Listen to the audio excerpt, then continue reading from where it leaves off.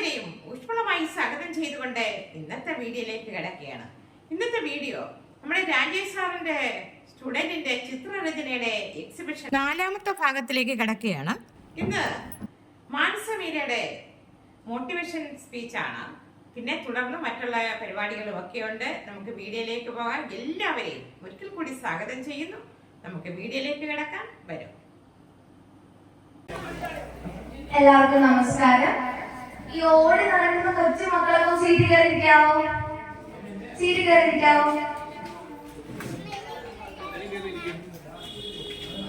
Okay. അപ്പൊ എല്ലാവർക്കും നമസ്കാരം. എന്റെ പേര് മാനസമീര. ഞാൻ Haripad government girls higher secondary സ്കൂളിൽ 10ാം ക്ലാസ് കഴിഞ്ഞ കുട്ടിയാണ്. അപ്പൊ ഈ കൂടുതൽ ചിത്രം വരയ്ക്കുന്ന ആരൊക്കെ ഉണ്ട്? ചിത്രം വരയ്ക്കാൻ ഇഷ്ടമുള്ള ആരൊക്കെ ഒന്ന് കൈ നോക്കാവോ? ഇത്രയും പേർക്ക് ചിത്രം വരയ്ക്കാൻ ഇഷ്ടമല്ല ഈ കൂട്ടത്തില്. അപ്പൊ ഇവിടെ എക്സിബിഷന് പടം വെച്ച ആരൊക്കെ ഉണ്ടെന്ന് പറയാമോ? എക്സിബിഷന് പടം വെച്ച ആരൊക്കെ ഉണ്ട്? അപ്പൊ നിങ്ങൾ എല്ലാ ചിത്രങ്ങളും ഉണ്ട്. ഞാൻ ഈ എക്സിബിഷൻ ഫുള്ള് ഞാൻ ഈ പടങ്ങളെല്ലാം കണ്ടു. എല്ലാം എനിക്ക് ഭയങ്കര ഇഷ്ടപ്പെട്ടു. അപ്പൊ ഇത്രയും കൊച്ചു കുട്ടികളായിരിക്കും പടം വരയ്ക്കുന്നത്. എനിക്ക് ഭയങ്കര സന്തോഷമുണ്ട് കേട്ടോ. എല്ലാവരും നിങ്ങൾക്ക് ക്ലാസ് പഠിച്ചു എല്ലാവരും.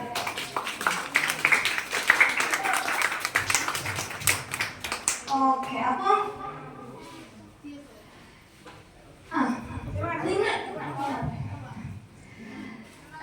നിങ്ങൾക്ക് എന്റെ സെഷനാണ്. ഇതിന് മുമ്പ് ക്ലാസ് എടുത്ത സാറിമാരെ നിങ്ങൾക്ക് അറിയാം. സാറിമാരുടെ പേര് നിങ്ങൾക്ക് അറിയാവോ? ആർക്കെങ്കിലും അറിയാത്തവർക്ക് ഞാൻ പറയാം. ഇതാണ് സുകുമാരൻ സാറ്. സാറ് മംഗളത്തിലൊക്കെ ചിത്രം വരയ്ക്കുന്ന സാറാണ്. അറിയാം ആൾക്കാർക്ക്. മംഗളം മനോരമ കേട്ടുണ്ടോ? ഈ ബുക്ക് കേട്ടുണ്ടോ? ഉണ്ട്. കേൾക്കാത്തവർക്ക് വേണ്ടി പറയാം. അതൊരു വീക്ക്ലി ഓരോ സംഭവമാണ്. അപ്പൊ അതിനകത്തൊക്കെ നല്ല പടങ്ങൾ വരയ്ക്കുന്ന ആളാണ് സാറ്. സാറിന്റെ പടങ്ങൾ കണ്ട ജീവൻ തുളുമ്പുന്ന ചിത്രങ്ങളാണ്. നിങ്ങൾ കാണാത്തവരൊക്കെ വന്നിട്ട് നോക്കണം കേട്ടോ. മംഗളത്തിനകത്ത് വരയ്ക്കുന്ന സാറാണ് സാറ്. പിന്നെ ഇപ്പൊ സാറ് FBAയിലുണ്ട് സാറ്. സുകുമാരൻ മംഗളം അടിച്ചാൽ മതി കേട്ടോ. അപ്പൊ ഈ സാറിനെ കണ്ട എല്ലാവരും. സാറിന്റെ പേരാണ് ശശിധരൻ എന്നാണ് സാറിന്റെ പേര്. അപ്പൊ സാറെന്ന് പറയുമ്പോ ഈ കൊച്ചു കുട്ടികളിലെ നമ്മള് വലിയവരെ സാറ് പറഞ്ഞ പോലെ കുട്ടികളെല്ലാവരും കുട്ടികളല്ല, വലിയവരെല്ലാവരും വലിയവരല്ല, എല്ലാവരും കുട്ടികളാണ്. അപ്പൊ കുട്ടികളിലാണ് ഏറ്റവും കൂടുതൽ കലാവാസനാണത്. എനിക്കൊന്ന് കുട്ടികളിലാണ്. സാറ് പറഞ്ഞതൊക്കെ വെച്ചിട്ടാണ് തോന്നുന്നത്. അപ്പൊ എന്റെ ഒരു ഇത് വെച്ചിട്ട് സാറിന്റെ ഒരു സാർ ചെയ്യുന്ന പ്രവൃത്തി എന്ന് വെച്ചാൽ കൊച്ചു കുട്ടികളുടെ കലാവാസന എങ്ങനെ അത് കുറച്ചുകൂടെ ഇമ്പ്രൂവ് ചെയ്യാൻ പറ്റും, അങ്ങനെ കൊച്ചു കുട്ടികളെ പ്രോത്സാഹിപ്പിക്കുന്ന ഒരു ഇതാണ് സാർ ചെയ്യുന്നത്. അപ്പൊ അതൊക്കെ സാർ എന്ന് പറയുമ്പോൾ ഭയങ്കര പ്രചോദനമാണ് നമ്മളെ പോലുള്ളവർക്ക്. അപ്പൊ സാറിന് ഒരു ക്ലാസ് കൊടുത്തേത്. ഓക്കെ. അപ്പോ അതിന് എന്നെ കുറിച്ച് പരിചയപ്പെട്ട ഞാനിപ്പോ എന്റെ വീട് കരുവാറ്റയാണ്. ഹരിപ്പാട് കരുവാറ്റയാണ് എന്റെ വീട്. ഞാൻ ഹരിപ്പാട് പറഞ്ഞാലേ ഹരിപ്പാട് ഗേൾസ് സ്കൂളിലാണ് പഠിച്ചത്. നിങ്ങൾ കലോത്സവത്തിന് പങ്കെടുത്ത ആരൊക്കെയുണ്ട്? കലോത്സവം നിങ്ങൾ കൊച്ചു കുട്ടികളായതുകൊണ്ട് എത്ര സബ് ജില്ലയാണോ ജില്ലയാണോ? സബ് ജില്ല കലോത്സവമാണോ പങ്കെടുത്തത്?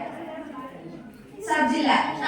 കൊച്ചു കുട്ടികളാണ് സബ് ജില്ലാ കലോത്സവത്തിലൊക്കെ ആയിരിക്കും പങ്കെടുക്കുന്നത്. അപ്പൊ അതിന് ഞങ്ങളെപ്പോലുള്ള വലിയ കുട്ടികൾക്ക് സ്റ്റേറ്റ് തലവരെ മത്സരമുണ്ട്, സ്റ്റേറ്റ് കലോത്സവം. അപ്പൊ അതില് എനിക്ക് പങ്കെടുക്കാൻ സാധിച്ചിട്ടുണ്ട്. അപ്പൊ നിങ്ങൾക്കൊരു മോട്ടിവേഷൻ തരണമെന്ന് പറയുമ്പോൾ അങ്ങനെ മോട്ടിവേഷൻ തരാനായിട്ട് എനിക്ക് അറിയത്തില്ല. അപ്പൊ എന്റെ ഒരു കാര്യം ഞാൻ പറയാം. ഓക്കെ. ഞാനപ്പോ 7ാം ക്ലാസ് വരെ ഞാൻ പഠിച്ചത് CBSE സ്കൂളിലാണ്. അത് അപ്പോഴാണ് കൊറോണ ഒക്കെ വന്ന് ഞാൻ 6 പഠിക്കുമ്പോഴാണ്. അപ്പോ 6, 7 ഞാൻ ഓൺലൈൻ ക്ലാസ്സിലായിരുന്നു പഠിച്ചോണ്ടിരുന്നത്. അപ്പൊ 8ാം ക്ലാസ് ആയപ്പോഴത്തേനും എന്റെ അച്ഛനും അമ്മയും കൂടെ ഒരു സർക്കാർ സ്കൂളിലോട്ട് മാറ്റി, അതായത് ഗവൺമെന്റ് ഗേൾസിലോട്ട് മാറ്റി. അങ്ങനെ ആ സ്കൂളിൽ പഠിക്കുമ്പോഴാണ് എനിക്ക് കുറെ കൂടുതൽ എന്റെ ചിത്രകല കുറെ ആൾക്കാർ ഞാൻ കുറച്ച് അറിയപ്പെടാൻ തുടങ്ങി ആ സ്കൂളിൽ പഠിച്ചപ്പോഴാണ്. കാരണം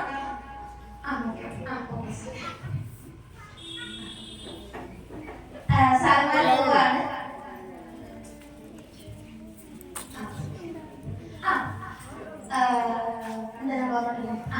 അപ്പോഴാണെങ്കിൽ ഇവിടെ നമ്മുടെ സ്റ്റേറ്റ് സിലബസ് കേരള നമ്മുടെ എന്താ സ്റ്റേറ്റ് സിലബസ് പഠിക്കുന്ന ആരൊക്കെ ഉണ്ട് കുട്ടികൾ? കൈ നോക്കാവോ? അപ്പൊ എല്ലാവരും സ്റ്റേറ്റ് സിലബസ് ആണ്. സ്റ്റേറ്റ് സിലബസ് ഉള്ള കുട്ടികൾ എനിക്ക് തോന്നുന്നു ഏറ്റവും കൂടുതൽ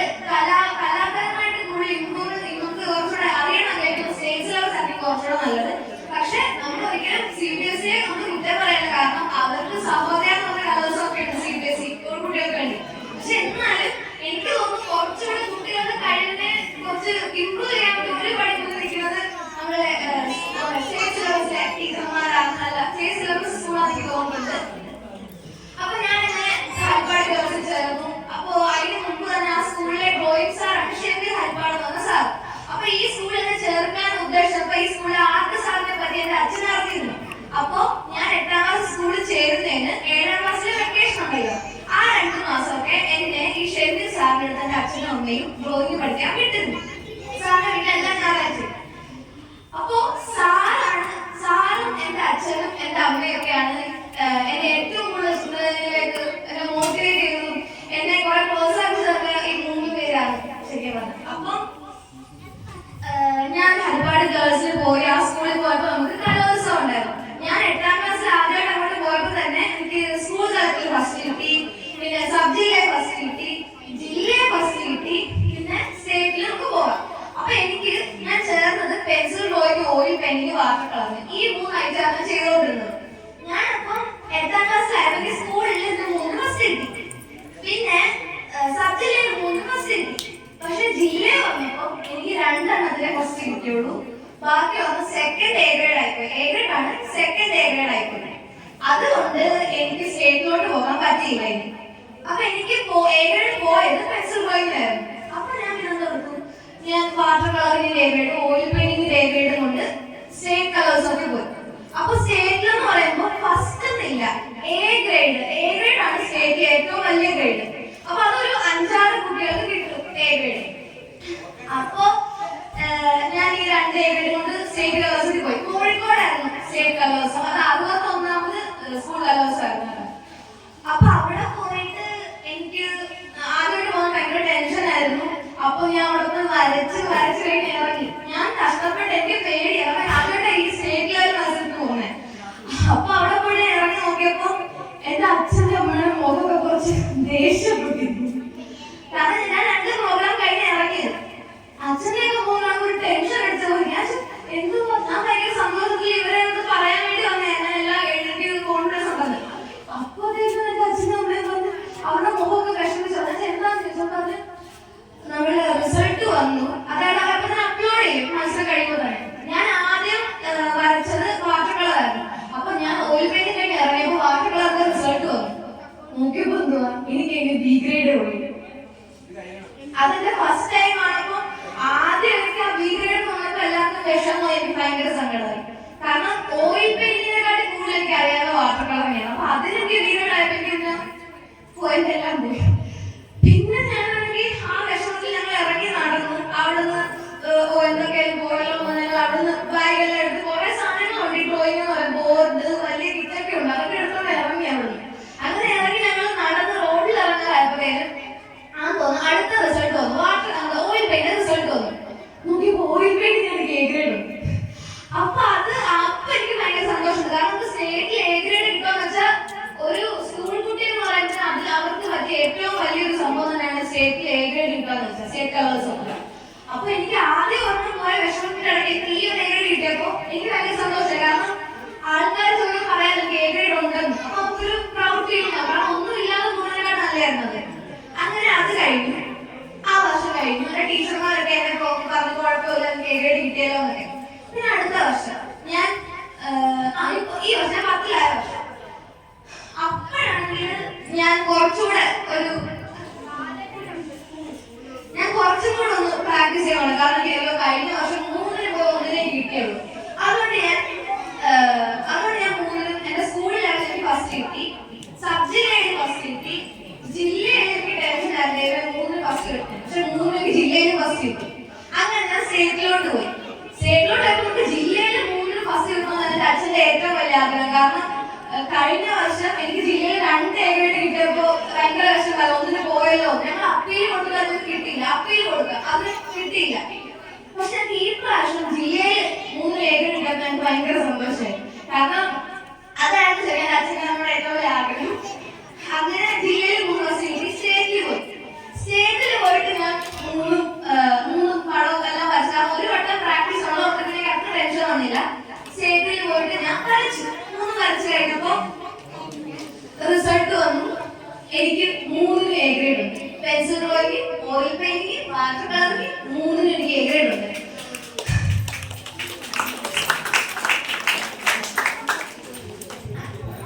അപ്പൊ ആ ചാപ്റ്റർ അങ്ങനെ അവിടെ ക്ലോസ് ആയി. അപ്പൊ ഞാൻ പറയുന്ന കാര്യം, എനിക്കിപ്പോ 9ാം ക്ലാസ്സിൽ ഒരു എ ഗ്രേഡ് കിട്ടിയോ, എനിക്ക് ഒരു ബി ഗ്രേഡ് കിട്ടിയെന്ന് പറഞ്ഞാൽ ഞാൻ അവിടെ വിഷമിച്ച് കിടക്കുമായിരുന്നെങ്കിൽ എന്റെ അച്ഛനും അമ്മ എന്നെ മത്സരത്തിന് പോകത്തില്ലായിരുന്നു. കാരണം എനിക്ക് അവിടെ അടച്ചു നമുക്ക്, കാരണം ഇത്ര ആഗ്രഹിച്ച് പ്രതീക്ഷിച്ച് പോകുമ്പോൾ ഒന്ന് കിട്ടാതെ പോകുമ്പോൾ ഭയങ്കര വിഷമവും. അപ്പൊ ഞാൻ അവിടെ ഒന്ന് എനിക്ക് വേണ്ട, ഒരു വട്ടം കൂടെ ട്രൈ ചെയ്യണ്ടെന്ന് വിചാരിച്ചിട്ടുണ്ടെങ്കിൽ എനിക്ക് ഈ 3 A കിട്ടത്തില്ലായിരുന്നു. അതിന്റെ കൂടെ ഹാർഡ് വർക്ക് കൂടെ ചെയ്യണമായിരുന്നു. അങ്ങനെ ചെയ്തു എന്റെ അച്ഛനും അമ്മയും എന്നെ പ്രോത്സാഹിപ്പിച്ചു. സ്കൂളിലെ ടീച്ചർമാരൊക്കെ നന്നായിട്ട് പ്രോത്സാഹിപ്പിച്ചു. അതാണ് ഞാൻ പറഞ്ഞ സ്റ്റേറ്റ് സ്കൂൾ, നമ്മുടെ കേരള സിലബസ് സ്കൂളിലുള്ള ഒരു കുറച്ചുകൂടെ ഒരു മെറിറ്റ് എന്ന് ഞാൻ ഉദ്ദേശിച്ചതാണ്. ടീച്ചർമാരൊക്കെ അത് സപ്പോർട്ടായിരുന്നു. എനിക്ക് എങ്ങനെയാണ് പേഴ്സണലി അനുഭവം ഉണ്ടായിട്ടുള്ളത്. അങ്ങനെ എനിക്ക് 3 A കിട്ടി. അപ്പൊ അങ്ങനെ വന്നപ്പോ എന്റെ ഭയങ്കര സന്തോഷമായി. വീട്ടിലെ ആൾക്കാർ ട്രോഫി കൊണ്ടൊക്കെ വരും. അങ്ങനെ ഭയങ്കര സന്തോഷമായി. ടീച്ചർമാരൊക്കെ എല്ലാവരും കൂടെ അങ്ങനെ കുറച്ച് അതൊക്കെ കിട്ടി. അപ്പൊ അതിനിടയ്ക്ക് ഒരു സംഭവമുണ്ട്. ഇപ്പൊ ഞാൻ 10ാം ക്ലാസ്സിലാണെങ്കിൽ 3 A കിട്ടിയത്. 10ാം ക്ലാസ് ആണ്, പഠിക്കേണ്ട സമയമാണ്. ജീവിതത്തിലെ ഏറ്റവും വലിയ പഠിത്തമാണ് 10ാം ക്ലാസ്. അപ്പൊ ഞാൻ ട്യൂഷന് പോയിട്ടില്ല. ഞാൻ എപ്പോ നോക്കിയാൽ ഞാൻ മത്സരങ്ങൾക്കെല്ലാം പോയിക്കൊണ്ടിരിക്കും. എവിടെ എന്റെ അച്ഛനെ കൊണ്ടുപോകും ഡ്രോയിങ് മത്സരങ്ങൾക്ക്. അവിടെയൊക്കെ മിക്കത് ഫസ്റ്റ് കിട്ടുന്നുണ്ട്. അങ്ങനെ പോയി. അപ്പൊ എല്ലാരും പറയും നിനക്ക് 10ാം ക്ലാസ്സിലല്ലേ പഠിക്കുന്നത്, ദേഷ്യപ്പെട്ടല്ല, 10ാം ക്ലാസ്സിലല്ലേ നമ്മൾ പഠിക്കുന്നത്, നമ്മൾ ട്യൂഷന് പോകുന്നുണ്ടോ? ഞാൻ പറഞ്ഞില്ല, ഞാൻ ട്യൂഷന് പോകുന്നില്ല. അയ്യോ ട്യൂഷന് പോകുന്നില്ലേ, എന്റെ മക്കളെ 10ാം ക്ലാസ് ട്യൂഷന് വിട്ടു. അവര് 10ാം ക്ലാസ്സാണ്, നിങ്ങൾ ഇതിനേക്കാൾ കുറച്ച് കോൺസെൻട്രേറ്റ് ചെയ്ത് കൂടുതൽ പഠിത്തത്തിലോട്ട് കോൺസെൻട്രേറ്റ് ചെയ്യുന്നൊക്കെ പറഞ്ഞു. ഞാൻ പറഞ്ഞു അപ്പോഴേക്കും ഭയങ്കര ടെൻഷൻ വന്നു. അപ്പൊ എന്നോട് ചോദിക്കും, ആ ഫുൾ A പ്ലസ് കിട്ടുമല്ലേ? ഞാൻ പറഞ്ഞു കിട്ടുമായിരിക്കും, എനിക്ക് അറിയത്തില്ല. അങ്ങനെയൊക്കെ പറഞ്ഞു നമുക്ക് ടെൻഷൻ ആയി കേൾക്കുമ്പോ. എനിക്ക് ഈ 3 A കിട്ടിയില്ലേ, ഫുൾ A പ്ലസ് കിട്ടത്തില്ലേ എന്നൊക്കെ പറയുമ്പോൾ ഒരു ടെൻഷൻ വരും. അപ്പൊ അങ്ങനെ വന്ന് അങ്ങനെ ഇരിക്കുമ്പോഴാണ് ഒരു മത്സരം ഉണ്ടായിരുന്നു. കേന്ദ്ര ഊർജ്ജ മന്ത്രാലയം സംഘടിപ്പിച്ച ഒരു ചിത്രരചന മത്സരം ഉണ്ടായിരുന്നു. അപ്പൊ അതൊരു നാഷണൽ ലെവൽ കോമ്പറ്റീഷൻ ആണ്. അപ്പൊ അങ്ങനെ ഒരു കോമ്പറ്റീഷൻ ഞങ്ങൾ കണ്ടു, ഫോണിൽ കണ്ടു. അങ്ങനെ അവിടെ നമുക്ക് പാർട്ടിസിപ്പേറ്റ് ചെയ്യണമെങ്കിൽ നമുക്ക് 50 ചിത്രങ്ങൾ നമ്മുടെ കേരളത്തിലെ എല്ലാ സ്കൂളിൽ നിന്നും എൻട്രികൾ അവര് തിരുവനന്തപുരത്താണ്. എല്ലാ സ്കൂളിൽ നമുക്ക് ചിത്രം അയക്കാം. ആ ചിത്രത്തിന് 50 ചിത്രം സെലക്ട് ചെയ്തവര് ആ 50 ചിത്രം വരച്ച കുട്ടികളെ കൊണ്ട് തിരുവനന്തപുരത്ത് ഒരു കോമ്പറ്റീഷൻ വെക്കും. ആ കോമ്പറ്റീഷനിൽ ഫസ്റ്റ്, സെക്കൻഡ്, തേർഡ് കിട്ടുന്ന കുട്ടികളെയാണ് അവർ ഡൽഹിയിൽ കൊണ്ടുപോകും. ഡൽഹിയിലാണ് നാഷണൽ ലെവൽ കോമ്പറ്റീഷൻ നടക്കുന്നത്. അപ്പോ എന്റെ ഒരു വിചാരം അങ്ങനെയാണെങ്കിൽ എന്റെ 50 പടത്തിനുള്ള എന്റെ പടം വന്നു. അപ്പൊ എനിക്ക് സ്റ്റേറ്റിൽ മത്സരിക്കാൻ പോകാം. ഡൽഹിയിൽ കണ്ടപ്പോൾ എനിക്ക് ഭയങ്കര സന്തോഷം. കാരണം ഞാൻ കേരള, തമിഴ്നാട്, പഴനി, അല്ലാതെ ഞാൻ വേറെ എവിടേക്കൊന്നും പോയിട്ടില്ല. അപ്പൊ ഡൽഹി എന്ന് പറയുന്നത് എനിക്ക് ഭയങ്കര ആഗ്രഹമായിരുന്നു, ഡൽഹിയിലൊക്കെ പോകണം എന്നൊക്കെ ഉള്ളത്. അപ്പൊ ഞാൻ എന്റെ ദൈവം എനിക്ക് 3rd ഇന്ത്യ കിട്ടിയാൽ മതി, ജസ്റ്റ് ഡൽഹിയിലോട്ടൊന്ന് പോയാൽ മതി. സ്റ്റേറ്റിൽ 3rd കിട്ടി നമുക്ക് ഡൽഹി പോകാം, ഫസ്റ്റ്, സെക്കൻഡ്, തേർഡ്. അങ്ങനെ ഞാൻ പ്രാർത്ഥിച്ച പോലെ എനിക്ക് സ്റ്റേറ്റിൽ എനിക്ക് 3rd കിട്ടിയത്. ഫസ്റ്റ് കിട്ടിയ കുട്ടികളുണ്ട്, സെക്കൻഡ് കിട്ടിയ കുട്ടികളുണ്ട്, തേർഡ് കിട്ടിയ കുട്ടികളുണ്ട്.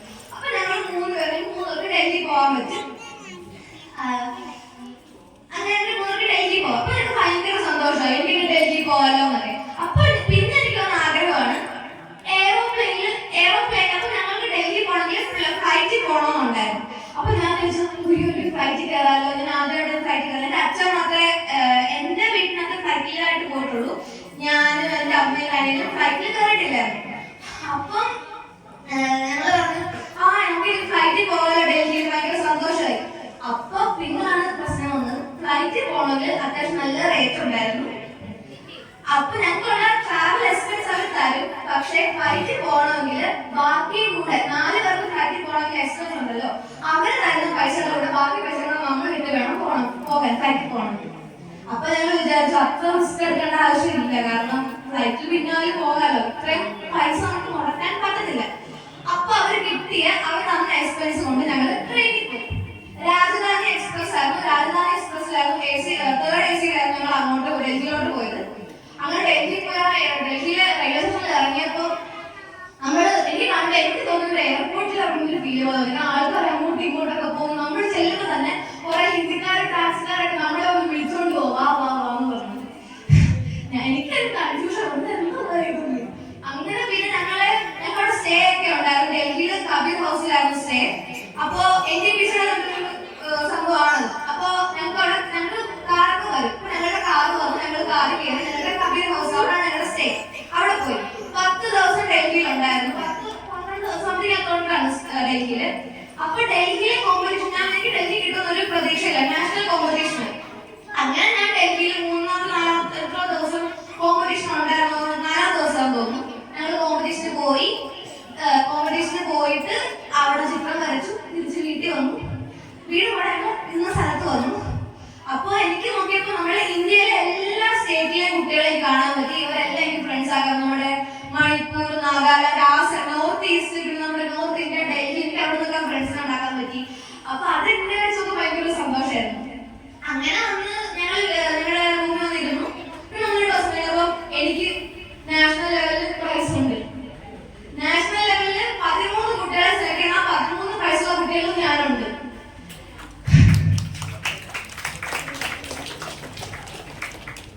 അപ്പൊ എനിക്ക് തോന്നിയൊരു സന്തോഷം ഞാൻ ഒട്ടും പ്രതീക്ഷയില്ല. എനിക്ക് ഡൽഹിയിൽ ഒന്ന് പോയാൽ മതിയായിരുന്നു. പക്ഷെ എന്റെ ഒരു ഭാഗ്യം കൊണ്ട് ആ പ്രൈസ് കിട്ടുന്ന 13 കുട്ടികൾക്കും ISR ബാംഗ്ലൂർ ISR ഞങ്ങൾക്ക് വിസിറ്റ് ഉണ്ടായിരുന്നു. അത് കഴിഞ്ഞിട്ട് അങ്ങനെ എനിക്ക് പ്രൈസ് ഞാൻ അറിഞ്ഞു. ഞങ്ങൾ വിഗ്യാൻ ഭവനിൽ വെച്ചിട്ടായിരുന്നു, വിഗ്യാൻ ഭവൻ ഡൽഹി വെച്ചിട്ടായിരുന്നു ഞങ്ങൾക്ക് പ്രൈസ് ഡിസ്ട്രിബ്യൂഷൻ നടത്തിയത്. അപ്പോ ഞങ്ങൾ എല്ലാവരും കോട്ടൊക്കെ തന്നു. നമ്മുടെ ഈ മന്ത്രിമാരൊക്കെ ഇരിക്കത്തില്ലേ, കോൺഫറൻസ് ഇരിക്കത്തില്ലേ, അതേപോലെ ഇങ്ങനെ വലിയൊരു ഹാൾ, ഒരു സംഭവമുണ്ട്. അതിനകത്ത് ഞങ്ങളെ കുട്ടികളെ ഞങ്ങളെ കയറ്റി എടുത്തു. ഞങ്ങളൊക്കെ ഞങ്ങളുടെ ഗെയിം ബോർഡൊക്കെ ഫ്രണ്ടിൽ വെച്ച് ഭയങ്കര പവറായിട്ടൊക്കെ ഇരിക്കുമായിരുന്നു. അങ്ങനെ ഞങ്ങൾ ഇരുന്നു. അപ്പൊ ഞങ്ങളുടെ വിശിഷ്ടാതിഥി നമ്മുടെ പ്രൈം മിനിസ്റ്റർ, നമ്മുടെ ഇന്ത്യൻ പ്രസിഡന്റ് ആയിരുന്നു നമ്മുടെ വിശിഷ്ടാതിഥി. അതായത് ദ്രൗപദി മുർമു ആയിരുന്നു മെയിൻ ഗസ്റ്റ്. അപ്പോ ഞങ്ങള് കുട്ടികളൊക്കെ ഭയങ്കര എക്സൈറ്റഡ് ആയിരുന്നു ദ്രൗപദി മുർമുവിനെ കാണാനോ എന്നൊക്കെ പറഞ്ഞു. അങ്ങനെ ഞങ്ങൾക്ക് പ്രത്യേക ട്രെയിനിങ് തന്നു. ഞങ്ങൾ ഒരു ദിവസം രാവിലെ വിളിച്ചു ട്രെയിനിങ്ങിന് വേണ്ടി എങ്ങനെ നമ്മള് പ്രസിഡന്റിനോട് ബിഹേവ് ചെയ്യണം എന്നുള്ള ഒരു ട്രെയിനിങ് ഉണ്ടായിരുന്നു. അങ്ങനെ ഞങ്ങളെ എല്ലാവരെയും കുട്ടികളോട് നിർത്തി പ്രസിഡന്റ് വരെ എങ്ങനെ ബോധ ചെയ്യണം, എങ്ങനെ താമസിക്കണം എന്ന് കാണിച്ചു തന്നു. അതേപോലെ ഞങ്ങൾ ചെയ്തു. അങ്ങനെ എനിക്ക് നമ്മുടെ ദ്രൗപദി മുർമുവിന്റെ കൂടെ ഫോട്ടോ എടുക്കാനൊക്കെ അവസരം കിട്ടി. പിന്നെ അന്ന് ഞങ്ങൾക്ക് പ്രൈസ് ഡിസ്ട്രിബ്യൂഷൻ ചെയ്തത് നമ്മുടെ കേന്ദ്ര ഊർജ്ജ വകുപ്പ് മന്ത്രിയുണ്ട് RK സിംഗ് എന്നാണ് സാറിന്റെ പേര്. RK സിംഗാണ് ഞങ്ങൾക്ക് പ്രൈസ് തന്നത്. അപ്പോ അത് കഴിഞ്ഞ് ഞങ്ങൾ എല്ലാവരും ഡൽഹിയിലെ യാത്രയെല്ലാം കഴിഞ്ഞ് ഞങ്ങൾ വീട്ടിൽ വന്നു. അപ്പോഴാണ് ഞങ്ങൾക്ക് അത് കഴിഞ്ഞ് ഞങ്ങൾക്ക് അടുത്ത മാസം ബാംഗ്ലൂർ, ഞങ്ങൾ ഡിസംബറിലായിരുന്നു ഡൽഹിയിൽ സംഭവം നടന്നത്. അതായത് ഈ കഴിഞ്ഞ ഡിസംബർ 2023 ഡിസംബർ. അപ്പോഴാണ് അത് എന്നോട് പറഞ്ഞത് ഈ ഫെബ്രുവരിയിൽ നിങ്ങൾക്ക് ISR വിസിറ്റ് ഉണ്ട്, ISR വിസിറ്റ് ഉണ്ട്. അപ്പൊ എന്നോട് ISR വിസിറ്റ്. അപ്പൊ എല്ലാവരും പറയും മോളെ ഇതൊക്കെ കൊള്ളാൻ പഠിക്കാൻ, എനിക്ക് പഠിക്കാൻ സമയം കിട്ടിയില്ല ഇടയ്ക്ക്. അപ്പൊ ഞാൻ ഇതിനൊക്കെ പോയി. ഞങ്ങൾ ബാംഗ്ലൂരിൽ പോയി. ആ ബാംഗ്ലൂരിൽ പോയ സമയത്ത് ഞങ്ങൾക്ക് ക്രിസ്മസ് എക്സാം ഉണ്ടായിരുന്നു. ഞാൻ ക്രിസ്മസ് എക്സാം എഴുതിയില്ല. കാരണം ആ സമയത്ത് ഡൽഹിയിലായിരുന്നു. ആ സമയത്ത് ക്രിസ്മസ് എക്സാം എഴുതിയിട്ടില്ല. അത് കഴിഞ്ഞ് മോഡൽ എക്സാമിന്റെ ആ ടൈമിലായിരുന്നു ഞങ്ങൾക്ക് ബാംഗ്ലൂരിൽ പോകാനുള്ള ഇത് വന്നു. അങ്ങനെ ഞങ്ങൾ ബാംഗ്ലൂരിൽ പോയി വന്നു. അപ്പൊ തന്നെ മോഡൽ എക്സാം തുടങ്ങിയെന്ന് തോന്നുന്നു. അത് കഴിഞ്ഞ് ഞങ്ങളുടെ SSLC എക്സാം ആയിരുന്നു. അങ്ങനെ SSLC എക്സാമിന്റെ ഫസ്റ്റ് എക്സാം മലയാളമായിരുന്നു. തലേ ദിവസം എനിക്കൊരു പ്രോഗ്രാം ഉണ്ടായിരുന്നു രാത്രിയിൽ. അപ്പൊ എനിക്കൊരു പ്രൈസ് ആയിരുന്നു, റോട്ടറി ക്ലബിൽ പ്രൈസ് പ്രോഗ്രാം ആയിരുന്നു. രാത്രിയിൽ 8 മണി മുതൽ രാത്രി 12 മണി വരെ ഞങ്ങൾ അവിടെ ആയിരുന്നു. അത് നടത്താൻ കുറച്ച് വൈകിപ്പോയി. അങ്ങനെ SSLC എക്സാം തലേ ദിവസം ഞാൻ വീട്ടിൽ വന്ന് കിടന്നു നോക്കിയിട്ട് രാവിലെ സ്കൂളിലോട്ട് പോവുക. എനിക്ക് കുറച്ച് കോൺഫിഡൻസ് ഒക്കെ ഉണ്ട്. പക്ഷെ എന്നാലും ഞാൻ ആൾക്കാരെ നോക്കുമ്പോൾ അവർക്ക് 2-3 ട്യൂഷനൊക്കെ പോകുന്നുണ്ട്. എനിക്ക് ഇവിടെ പോകുമ്പോൾ ഞാൻ എങ്ങനെ പഠിക്കുന്നത് എഴുതാന് എനിക്ക് എന്നൊരു ഡോക്ടർ ഉണ്ടായിരുന്നു. പിന്നെ ഞാൻ പരീക്ഷ എഴുതി എല്ലാം കഴിഞ്ഞു. അവസാനം എനിക്ക് SSLCക്ക് ഫുൾ A+ കിട്ടി.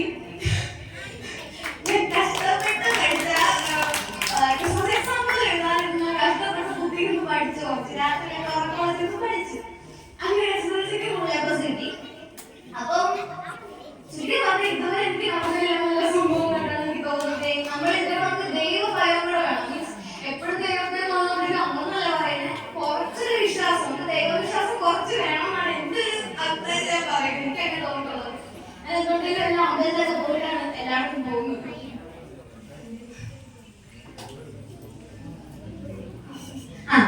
ഇതിന്റെ കാര്യം ഞാൻ പറയാൻ മറന്നുപോയി. ഞങ്ങൾക്ക് ഞാൻ പറഞ്ഞ ഡൽഹി കഴിഞ്ഞ് പോകാൻ പറ്റി. ഞാൻ ട്രെയിനിലാണ് പോയത്. അപ്പൊ ബാംഗ്ലൂരിൽ പോകാൻ പറ്റുന്ന അറിഞ്ഞപ്പോ എനിക്ക് സന്തോഷം. കാരണം ഞങ്ങൾക്ക് ബാംഗ്ലൂരിൽ ഫ്ലൈറ്റിലാണ് പോകുന്നത്. എനിക്ക് ആദ്യം ഫ്ലൈറ്റിൽ പോകാൻ പറ്റില്ല. പക്ഷെ ദൈവം എനിക്ക് ഫ്ലൈറ്റിൽ പോകാൻ വേറൊരു അവസരം കൊണ്ട് തന്നു. അങ്ങനെ അവർ ഞങ്ങളുടെ എക്സ്പെൻസ് എല്ലാം അവരെ എടുത്തത്. ഞാൻ, എന്റെ അച്ഛൻ, എന്റെ അമ്മ, എന്റെ അനിയൻ. അപ്പൊ ഞങ്ങൾക്ക് 4 പേർക്ക് പോകണം. അപ്പൊ അതിന്റെ എക്സ്പെൻസ് എല്ലാം എടുത്തത് ഇവർ തന്നെയായിരുന്നു. നമ്മുടെ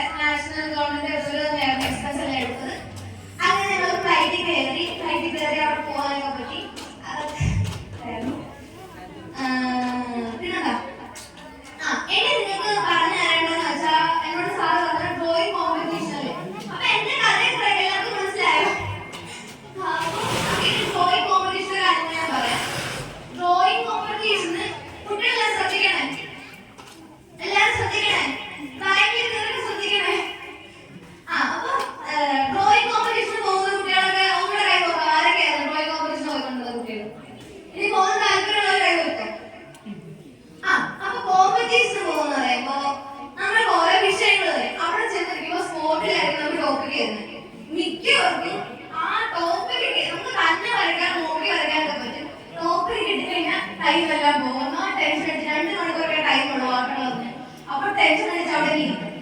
അങ്ങനെയല്ല ചെയ്യേണ്ടത്. ഫസ്റ്റ് നമുക്ക് വേണ്ടത് ഒബ്സർവേഷൻ ആണ്. ഇപ്പം എവിടെ പോയാലും നമ്മൾ യാത്രയൊക്കെ പോയാൽ നമ്മൾ ഒബ്സർവ് ചെയ്യണം. പിന്നെ എല്ലാവരുടെ കയ്യിൽ ഇമ്പോർട്ടൻ്റ് ആയിട്ട് സ്കെച്ച് ബുക്ക് വേണം. നേരത്തെ സാറ് പറഞ്ഞ പോലെ ഈ പറഞ്ഞ സാറ് പറഞ്ഞ എല്ലാവരുടെ കയ്യിലും സ്കെച്ച് ബുക്ക് വേണം. അത് വെച്ചാൽ വലിയ വില കൂടിയ ബുക്ക് വാങ്ങേണ്ട ആവശ്യമില്ല. ചെറിയൊരു ഒരു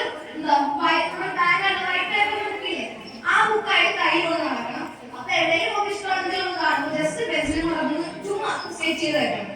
പിന്നെ വീട്ടിൽ വന്നിട്ട് വേണമെങ്കിൽ ഇംപ്രവൈസ് ചെയ്ത് നമുക്ക് വരയ്ക്കാം. നമ്മുടെ ഇഷ്ടത്തിന് നമുക്കത് ചെയ്ത് വരയ്ക്കാം.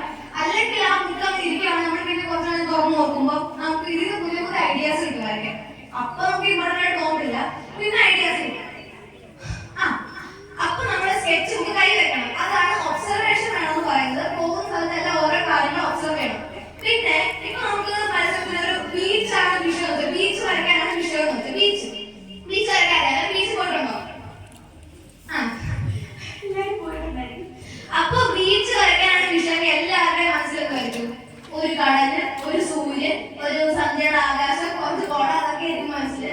പക്ഷെ അതൊന്നുമല്ല. ഈ ലോകത്ത് ഏറ്റവും കൂടുതൽ മനുഷ്യരാണ് ഏറ്റവും അത്യാവശ്യമായിട്ട് വരയ്ക്കേണ്ടത്. ഈ മനുഷ്യരെ വരയ്ക്കത്തില്ല മനസ്സിലാക്കി തോന്നുന്നു. അതാണ് ഏറ്റവും വലിയ പ്രശ്നം. നമ്മൾ എന്ത് പടം വരച്ചാലും അതിൽ ജീവനുള്ള ഓരോ ഒബ്ജക്റ്റിനെങ്കിലും ഉൾപ്പെടുത്തണം. അത് ചുമ്മാ വരയ്ക്കണം. അല്ലെങ്കിൽ ഒരു കോമ്പറ്റീഷൻ പോലെ വരയ്ക്കുമ്പോൾ എന്റെ അഭിപ്രായത്തിൽ എല്ലാവരും ഒരു ഹ്യൂമൻ ഫിഗേഴ്സ് ആയി ഉൾപ്പെടുത്തണം. എനിക്കൊന്ന് മിനിമം ഒരു 3 അല്ല മാക്സിമം 5-7 ഹ്യൂമൻ ഫിഗറെങ്കിലും ഒരു പടത്തിൽ ഉൾപ്പെടുത്തിയിരിക്കണം, എസ്പെഷ്യലി പെൻസിൽ ഡ്രോയിങ്. അപ്പൊ അതൊക്കെയാണ് നമ്മൾ ഈ ഒരു പ്രത്യേകം ശ്രദ്ധിക്കുന്നത്. പിന്നെ നമ്മുടെ ബാക്കിലോട്ട് പോകുമ്പോൾ ഇപ്പൊ നമുക്ക് പറയാം, എനിക്ക് ഇവിടെ നോക്കുമ്പോൾ ഈ കമ്പിയാണ്, ഈ അടുത്ത് നിൽക്കുന്ന കമ്പി, എനിക്ക് നോക്കുമ്പോൾ ഇത് വലുതും ആ ബാക്കിലൊക്കെ ചേർന്നു അങ്ങനെ തോന്നുന്നത്. പക്ഷെ നോക്കുമ്പോൾ എല്ലാം ഒരേ സൈസാണ്. എനിക്ക് നോക്കുമ്പോൾ ചെറുതായി പോകുമ്പോൾ കാണും. അതാണ് ഒരു സംഭവം. അതാണ് പെർസ്പെക്റ്റീവ്. പെർസ്പെക്റ്റീവ്. അപ്പൊ പെർസ്പെക്റ്റീവിന് ഏറ്റവും ഒരു ഇമ്പോർട്ടൻസ് നമ്മൾ മനസ്സിലൊക്കെ പോകുമ്പോൾ ഇങ്ങനെ നോക്കുമ്പോൾ ഈ തൂങ്ങി ചെറുതായിട്ടാണ് പെർസ്പെക്റ്റീവ് പഠിച്ചിരിക്കണം. പിന്നെ കുറച്ച് കളർഫുൾ ആയിട്ട് വരയ്ക്കാൻ നോക്കണം. കളർഫുൾ ആയിട്ട് എല്ലാം ഒരേ പടത്തിൽ എനിക്ക് വരുന്ന മിസ്റ്റേക്ക് ആണ്. ഞാൻ ഒരു പടം വരച്ചാൽ എല്ലാ പടമൊക്കെ എല്ലാം ഏകദേശം ഒരു കളർ കോമ്പിനേഷൻ വരും. മീൻസ് ഒരു പർപ്പിൾ യെല്ലോ അങ്ങനെയൊക്കെ ഒരു കളറിന് മനസ്സിലായിട്ട് വരും എന്റെ പടം. അപ്പോ എല്ലാവരും വരയ്ക്കുമ്പോൾ ഒരു അട്രാക്റ്റീവ് ആണ്, നമുക്ക് തോന്നുന്നു നല്ല കളർഫുൾ ആയിട്ട് വരയ്ക്കണം. ഓക്കെ, അതാണ് വേറൊന്ന് പറയുന്നത്. പിന്നെ കാര്യത്തിൽ ഇത്രയൊക്കെ എടുത്തിട്ടുണ്ട്. ധാരാളം ടിപ്പൊക്കെ ഉള്ളൂ. അപ്പോ എല്ലാവർക്കും എന്റെ സെഷൻ ഇഷ്ടപ്പെട്ടെന്ന് ഞാൻ പ്രതീക്ഷിക്കുന്നു. നന്ദി, നമസ്കാരം.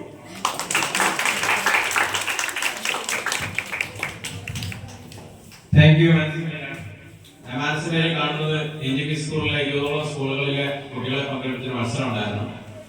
അതിന് ജഡ്ജസായിട്ട് ഞാനൊന്നുമല്ല, പുറത്തുനിന്നുള്ള ആൾക്കാരാണ് വന്നിരുന്നത്. അപ്പൊ സ്കൂളിലെ ഒബ്സർവേഷൻ നിൽക്കുന്നുണ്ടായിരുന്നു. ആ സമയത്ത് ആണ് മാനസിക വരയ്ക്കുന്ന ചിത്രം കണ്ടത്. ആ ചിത്രം കണ്ടപ്പോൾ തന്നെ എനിക്ക് മനസ്സിലായി ഈ കുട്ടി ഒരു മികച്ച ചിത്രകാരിയാണ്, ഭാവിയിലെ ഒരു മുതൽക്കൂട്ടാന്ന് എനിക്ക് മനസ്സിലായി.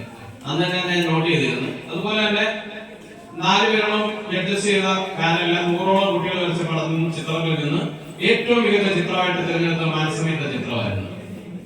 അപ്പൊ എനിക്ക് മനസ്സിലായി ആ കുട്ടി ടാലന്റ് ആണെന്ന് മനസ്സിലായി. ഞാൻ നോട്ട് ചെയ്തിരുന്നു. അപ്പൊ ഇങ്ങനെ ഒരു പ്രോഗ്രാം നടക്കുമ്പോൾ മാനസികയുടെ ഇവിടെ പങ്കെടുപ്പിക്കണമെന്നും അതിന്റെ എക്സ്പീരിയൻസ് കുട്ടികളോട് ഷെയർ ചെയ്യണമെന്നും ഞാൻ ആഗ്രഹിച്ചതാണ്. താങ്ക് യു മാനസിക. ഓക്കെ, നമ്മുടെ ഡോക്ടർ അൻസാരി സാറാണ്, സൈക്കോളജിസ്റ്റ്. സാറിന്റെ ഒരു സ്പീച്ച് ഉണ്ട്. അപ്പൊ ഇതിന്റെ പ്രത്യേകത എന്ന് പറഞ്ഞാൽ നിങ്ങൾക്ക് നോട്ടീസ് കണ്ടു കാണും. അപ്പൊ സാറിന്റെ കാര്യങ്ങളൊക്കെ കറക്റ്റ് നിങ്ങളോട് സംസാരിക്കും. നിങ്ങൾ സംശയങ്ങളും നിങ്ങൾക്ക് ചോദിക്കാനുള്ള ചോദ്യങ്ങളും എല്ലാം സാറിനോട് സംസാരിക്കാം. എന്താണ് ഒരു പ്രകൃതി എന്നുള്ളതും സാർ നിങ്ങൾക്ക് പറഞ്ഞു തരും. കുട്ടികളൊക്കെ പ്രത്യേകിച്ച് ശ്രദ്ധിക്കുക. ഇപ്പോഴത്തെ കുട്ടികൾ ഒരുപാട് പ്രശ്നങ്ങൾ നിങ്ങൾക്ക് എല്ലാവർക്കും അറിയാമെന്ന് mobile addict. Doctor Ansari clinical physiologist നയിക്കുന്ന കുട്ടികളിലെ പഠന വൈകല്യവും മാനസിക പിരിമുറുക്കങ്ങളും എന്ന വിഷയത്തെക്കുറിച്ച് സംസാരിക്കാൻ എത്തുന്നു.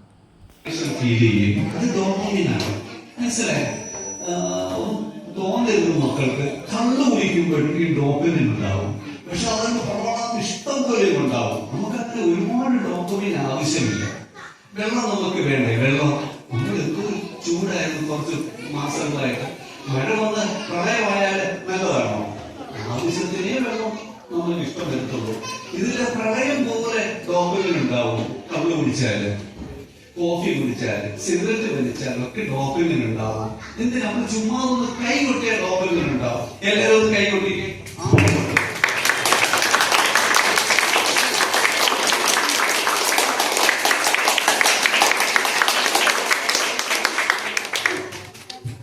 കൈ നോക്കണം. ഡോപ്പമിൻ ഉണ്ടായി നിങ്ങൾ എല്ലാവരും ഹാപ്പിയാണ്. കാര്യം എന്തുകൊണ്ടാണ്? ഹാപ്പി ആകുമ്പോഴാണ് കൈ കൊട്ടുന്നത്. ഇപ്പൊ കൈ കൊട്ടി ഹാപ്പി ആകുമ്പോൾ ഡോപ്പമിൻ ഉണ്ടാവും. കൈ കൊട്ടിയാൽ ഡോപ്പമിൻ ഉണ്ടാവും. ഫിസിക്സ് സാറിങ്ങനെ പഠിപ്പിച്ചോണ്ടിരിക്കുക. നമ്മളിത് ഒറ്റയ്ക്ക് കൈ അടിച്ചാൽ അത് സീൻ മാറും. അപ്പൊ ഡോപ്പമിൻ ഉണ്ടാകാൻ സഹായിക്കും. ഞാൻ ഈ പറഞ്ഞത് നമ്മുടെ ബ്രെയിനിന്റെ 4 ഭാഗങ്ങളും 4 സെക്ടേഴ്സും നന്നായിട്ട് സിങ്ക്രണൈസ്ഡ് ആവുകയാണെങ്കിൽ dopamine release will be in a very controlled manner എന്നാണ്. മനസ്സിലാകുന്നുണ്ടോ? ഡോപ്പമിൻ എന്ന് പറയുന്ന മോട്ടിവേഷണൽ ഹോർമോൺ നമ്മളിലേക്ക് നല്ലതുപോലെ ഉണ്ടാകും. ഈ ഡോപ്പമിൻ ഉണ്ടാകുമ്പോഴേ ഇത് കൺട്രോൾഡാണ്. അൺകൺട്രോൾഡ് ആയി പോയാൽ പണി പാടും. ഈ പ്രളയം പോലെ ഡോപ്പമിൻ ഉണ്ടാവും. ശ്രദ്ധിക്കുന്നുണ്ടോ?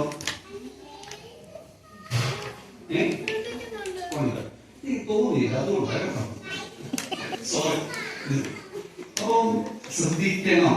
അങ്ങനെ പറയാൻ പോകുന്ന കാര്യം കുറച്ച് ഗൗരവമുള്ളതാണ്.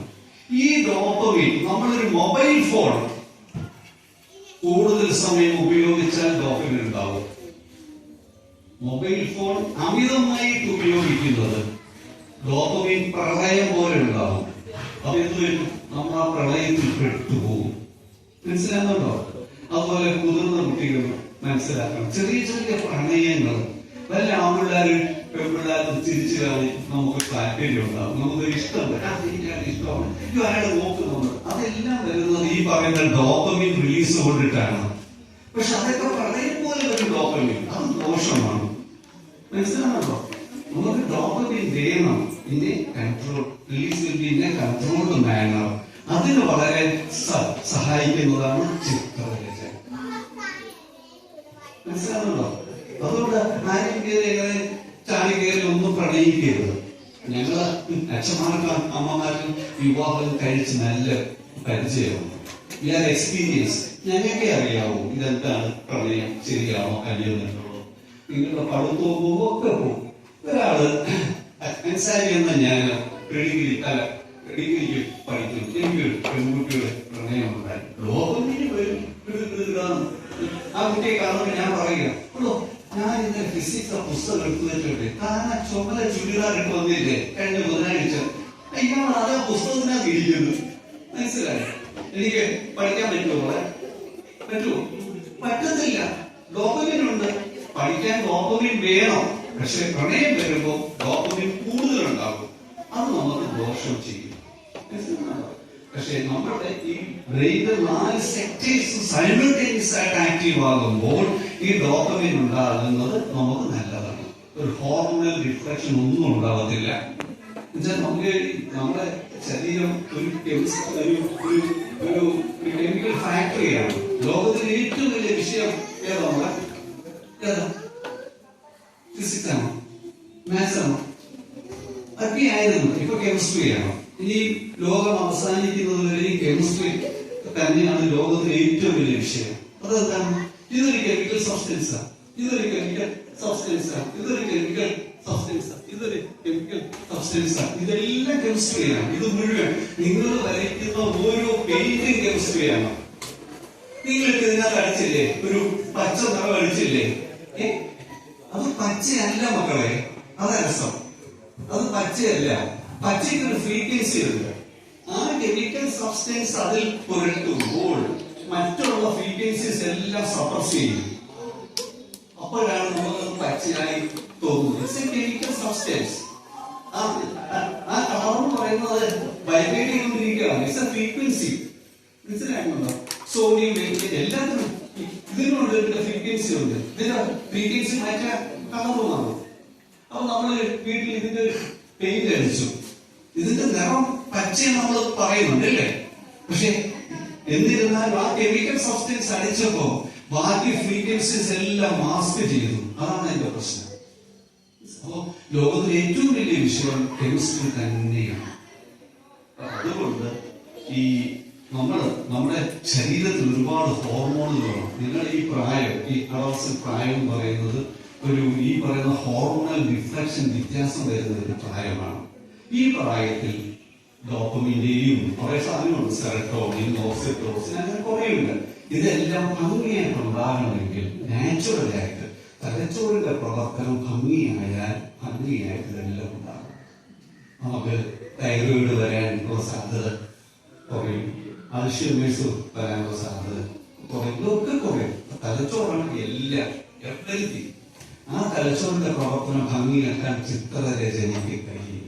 അതാണ്. നിങ്ങൾ ചുമ്മാതെ ഒരു ചിത്രത്തിൽ നോക്കിയിട്ട് ആ ഒരു കുട്ടി ഊഞ്ഞാലാടുന്നത് എന്ത് രസമായിരിക്കുന്നത്. അതിനൊരു ജീവിതമുണ്ട്, ജീവനുണ്ട്. അപ്പൊ അതെന്ന് പറയുന്നത് ഒരു ഇമാജിനേഷനാണ്. മനസ്സിലാണല്ലോ മക്കളെ? Imagination is more powerful than reality. പണ്ടൊക്കെ ഞങ്ങളൊക്കെ പഠിക്കുമ്പോൾ തമാശക്ക് പറയും, ഈ കോളേജിലൊക്കെ കെമിസ്ട്രി പഠിക്കും. Suppose this is A test tube. Test tube ആണോ? അല്ല.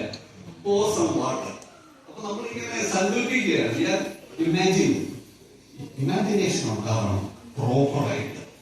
ക്രിട്ടിക്കലായിട്ടുള്ള ഇമാജിനേഷൻ ഉണ്ടെങ്കിൽ മാത്രമേ നമുക്ക് ജീവിതത്തിൽ വിജയിക്കാൻ കഴിയൂ. അതിനെല്ലാം ഈ പറഞ്ഞ ചിത്രരചന നമ്മൾ സഹായിക്കും. മൊബൈൽ ഫോണിന്റെ ഉപയോഗം, മൊബൈൽ ഫോൺ ലഹരിയാണ്. ലഹരി എന്ന് വെച്ചാൽ അറിയോ? എന്തോ ലഹരി? അങ്ങനെ എല്ലാവരും വീഡിയോ കണ്ട് ഇഷ്ടപ്പെട്ടെന്ന് കരുതുന്നു. ഇനി ഞാൻ പുതിയൊരു വീഡിയോ ആയിട്ട് ഞാൻ നിങ്ങളുടെ മുന്നിൽ എത്തുന്നതായിരിക്കും. നന്ദി, നമസ്കാരം.